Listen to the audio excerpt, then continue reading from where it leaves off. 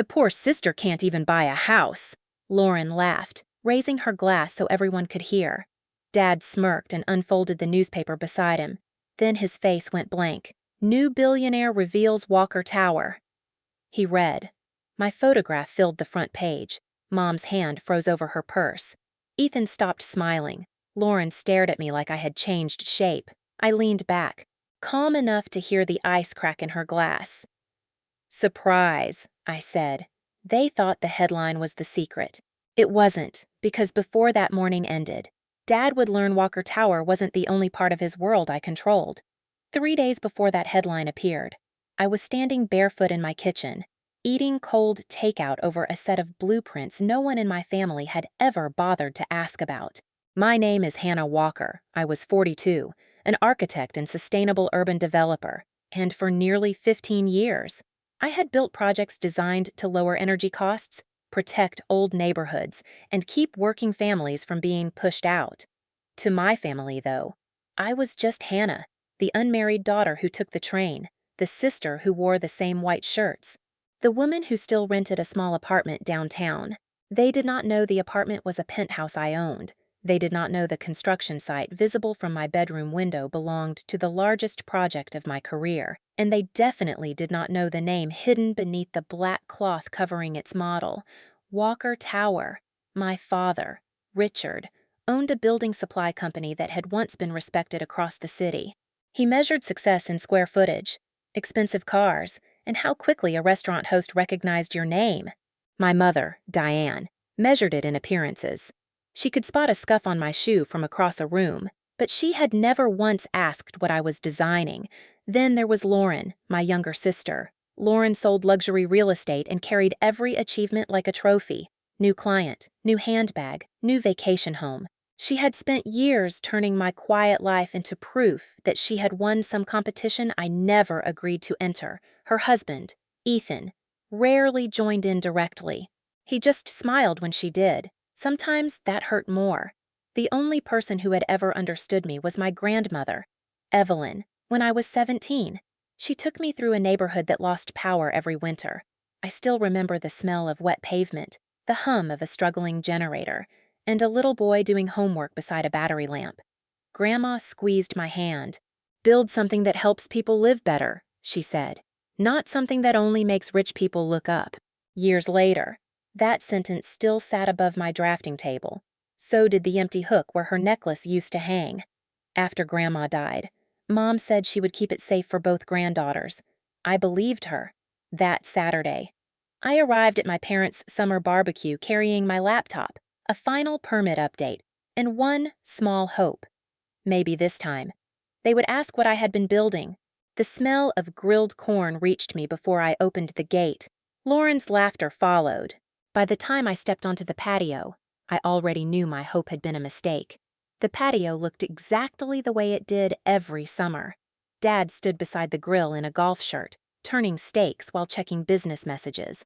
Mom had arranged lemonade, linen napkins, and a grocery store pie on the glass table as if a photographer might arrive. Lauren stretched across a lounge chair in a cream cover-up and oversized sunglasses. She looked me over. Same white shirt. It still works. For an office. Maybe. Ice clicked against her glass. Not for a family party. Mom smiled carefully. You could let Lauren take you shopping. I opened the permit update. Final approvals confirmed. Public announcement scheduled for 9 the next morning. Dad leaned toward Lauren. How did the lake house closing go perfect? We got it below asking. She glanced at me. Of course. Below asking still means more than some people make in 10 years. Ethan laughed into his drink. No one asked what I was reading. Lauren described the lake view, the stone fireplace, and the guest suite she planned to turn into a wine room. Then she tilted her head toward me. How long have you been in that little apartment long enough? You know renting forever is setting money on fire. It suits me. She smiled. That is what people say when buying is not an option. Mom touched my wrist. Your father and I could help with a down payment. I'm fine. You still take the train, she said, as if confessing something shameful. I like the train. Lauren pushed her sunglasses up. It is embarrassing. What if one of my clients sees you? Then they will see me sitting on a train. Dad exhaled. You always make everything difficult. My phone buzzed. The final financing package had cleared. I locked the screen. Dad lowered his voice. The company is under pressure. Material costs are up. 2 contracts fell through. I may have to cut staff by fall. For 1 second, I almost told him. I almost said the investment group buying control of his company had rejected the layoffs. I almost told him the modernization plan was already approved. Lauren waved a hand. Maybe Hannah can help. She does those little environmental projects. I design large-scale urban systems. Sure, she smiled. One of my clients needs someone to redo her kitchen lighting. Ethan laughed again. Dad pointed the grill tongs at me. There is still a place for you at my company. You would start below management. Obviously, after 15 years. After 15 years of refusing practical advice. The back door opened. Mom returned carrying a velvet box. My chest tightened before she lifted the lid. Inside was Grandma Evelyn's necklace. The silver pendant caught the afternoon sun. Mom walked past me and placed it in Lauren's palm. I think you should have it, she said. You represent this family beautifully. Dad nodded. Lauren understands what success looks like. For a moment, every sound disappeared. The grill hissed. A lawnmower droned beyond the fence. My hand rested against the hot glass table. Lauren fastened the necklace around her neck. Then she turned toward me. Does it work with the dress? My phone buzzed again. Tomorrow's front page was ready. I looked at Grandma's pendant, then at the people who had turned love into a prize. Breakfast downtown tomorrow, I said. 9 o'clock. Lauren smiled. Are you finally asking Dad for help? I closed my laptop. No, I said. I'm inviting you to see what I built. I left the barbecue before dessert. No one followed me. By the time I reached Evelyn's diner, the sky had turned the color of wet cement. The neon sign buzzed above the window, and the same old air conditioner rattled near the counter. I slid into the booth Grandma used to choose. The vinyl seat felt cold against my palm. For a while, I just stared at the permit packet beside my coffee. Then the first tear landed on the cover page. It was not about the necklace, not really. It was about watching my mother hand away the last thing that had ever made me feel chosen. My phone rang. My assistant, Claire, spoke carefully. The article goes live at 9. The city confirmed the announcement. Legal cleared the investment documents, and my father's company. The restructuring is final. The factory stays open. More than 300 jobs are protected. I closed my eyes. In Richard, he can remain as an advisor. No executive control. Lauren, no automatic contract. She can submit a proposal like everyone else. A second call came from my attorney. He reminded me that every agreement had been reviewed, signed, and approved. My father had known he was selling control to an investment group. He simply had not known I led it. Do you want us to delay the article? He asked. Give your family time. I looked through the window at the rain shining on the sidewalk. For 15 years! I had made myself smaller so they would not feel threatened. No. I asked for one thing instead. No family details in the press. This is about the project, not them. After the calls ended, I wrote 3 lines on a napkin. No special favors. No using my name for status.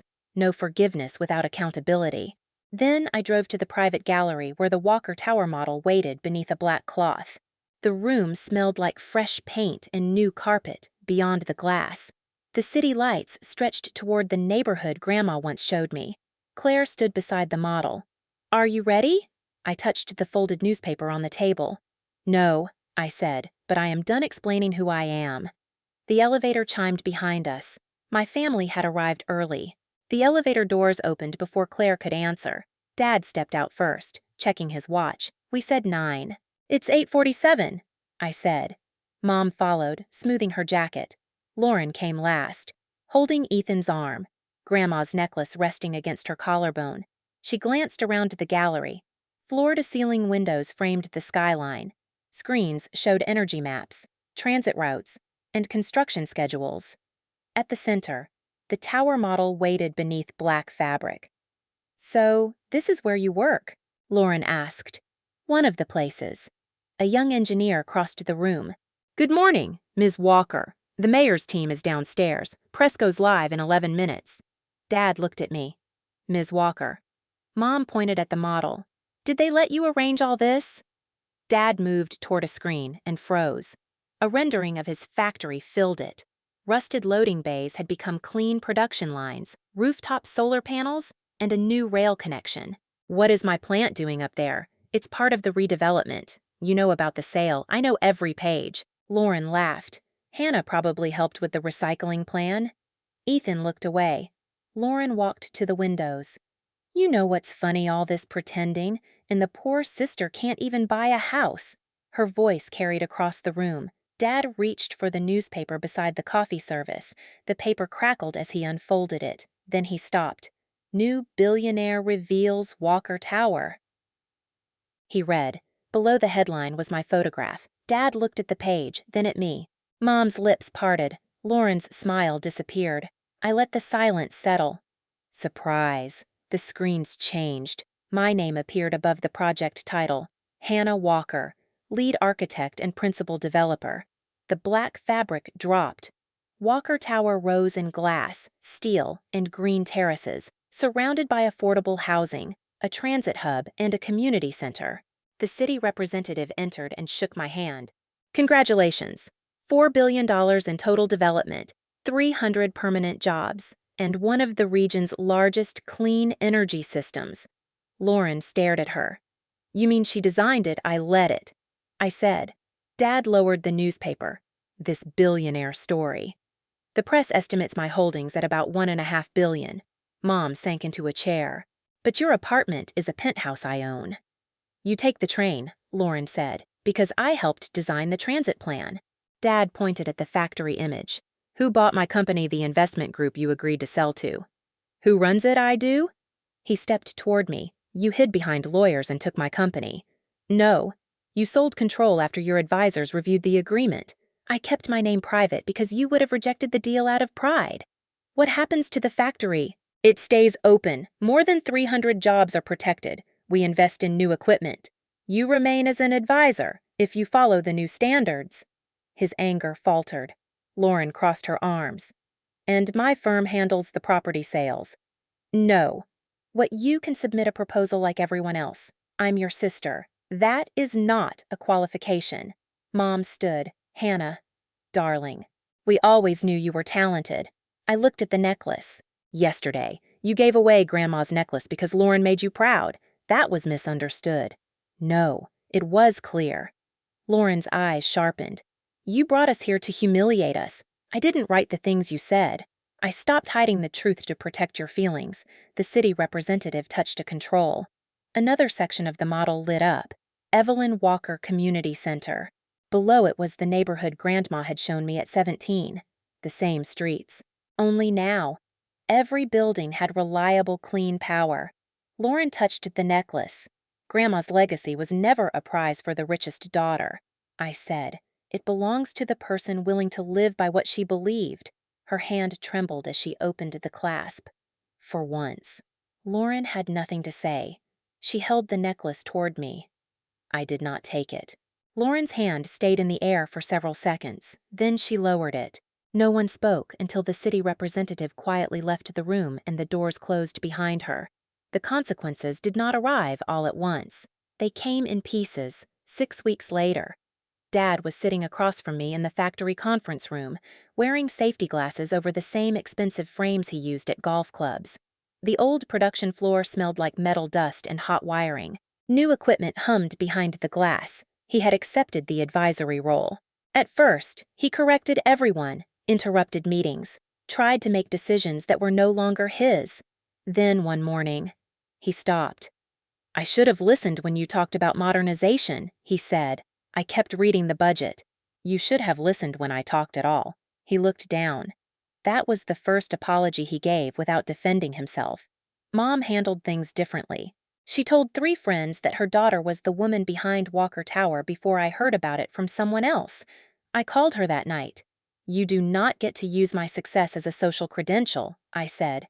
Hannah, I'm proud of you. You were ashamed of me 48 hours before the headline. The line went quiet. After that, she started asking smaller questions. Had I eaten? Was I sleeping?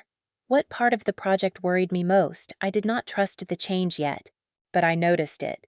Ethan sent me a short message. No excuses. No speech about keeping the peace. He apologized for laughing and for staying silent. I answered with one sentence. Silence is still a choice. Lauren said nothing for nearly a month. Then a plain box arrived at my office. Inside was Grandma's necklace and a note. I made your life smaller so mine could feel bigger. I'm sorry. There was no request for a contract, no demand that I forgive her. That mattered more than the words. I did not cut my family off. I just stopped giving them unlimited access to me.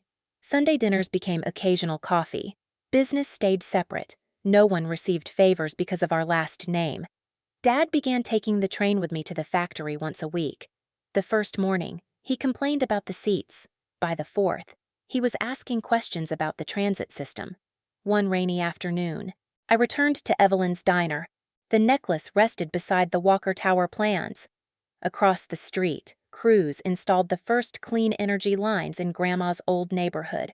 One by one. The apartment windows lit up. I held the necklace in my palm. I still did not put it on. Some things can be returned long before they are truly repaired, but for the first time, I no longer needed my family to change before I allowed myself to move forward. I did not become worthy the morning a newspaper called me a billionaire. I was worthy when my family thought I was broke, invisible, and easy to dismiss. That is the lesson I carried out of Evelyn's diner. Love should not demand proof of income. Family should not make you smaller so someone else can feel important. And justice does not always need revenge. Sometimes it looks like truth. Boundaries, and the courage to walk forward. Have you ever been judged by your own family? Share your story below, and subscribe for more family drama and revenge stories.